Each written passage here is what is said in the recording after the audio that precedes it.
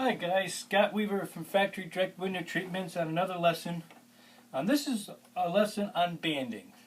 If you see this valance right here, it's a beautiful valance. You notice it has this black banding on the bottom of it, and it's a self banding. It looks the same on both sides of it. And this has an arch to it, and anytime you have an arch or a shape, you need to put your banding on the bias. And so I'm going to show you how to do that. And the next valance I'm working on, which I'm also going to show you in another video, will be a scallop valance. And this scallop valance, you see, this is what it's going to look like. It have multiple scallops. And I'm going to put in a bias banding along here. And it's the only type of banding you can put on that. You can't use a straight banding because it won't adhere coming around here. And so you can use up to about an inch banding as long as it's cut on the bias without getting any puckers. So I'm going to go ahead and show you how to cut that. Here's the fabric I'm using for my banding.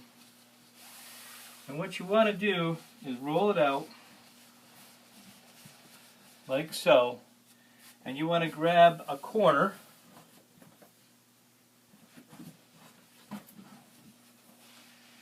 you want to put the corner all the way over like that,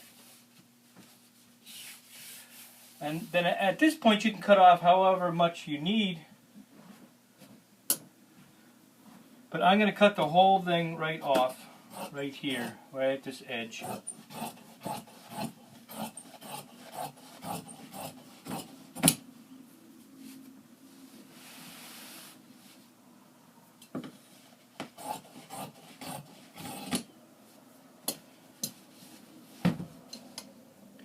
Now I have a triangle. That's what it looks like. Now the part that I folded in half, I'm going to come over this way with it.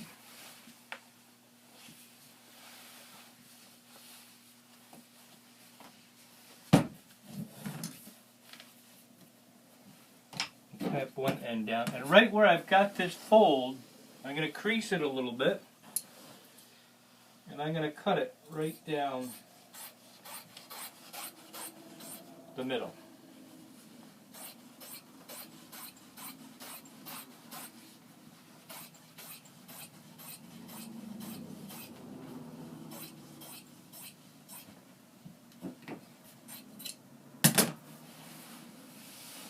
Now I'm going to take only one half of my triangle for now and put it to the side. I'm going to take this part of the triangle. Now there's two ways you can do this. I've seen people just take this, if you want it really accurate, and then mark off however many strips you need. And they'll take their T-square and they'll keep marking it and marking it and marking it. But I tend to do this quite often. I don't want to waste that much time. So what I do is I fold this back in half again, and I'll turn it. And I'm going to use this corner, and of course I've got these nice clamps.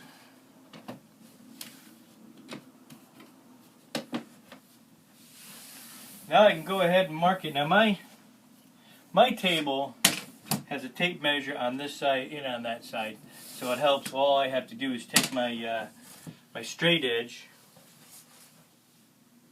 come over and mark it, and for what I'm doing, I'm adding a ½ inch self-line banding or self-fabric banding. So I'm cutting it at 2 inches, and by the time you get through, you fold in half. That's 1 inch, and by the time I insert it into the valance, it'll become a ½ inch. And that's what you do. You just keep marking off, and then you cut it, and you have a biased piece of fabric that you can use for either a welting or a banding. I'm going to show you how pliable this is in a second.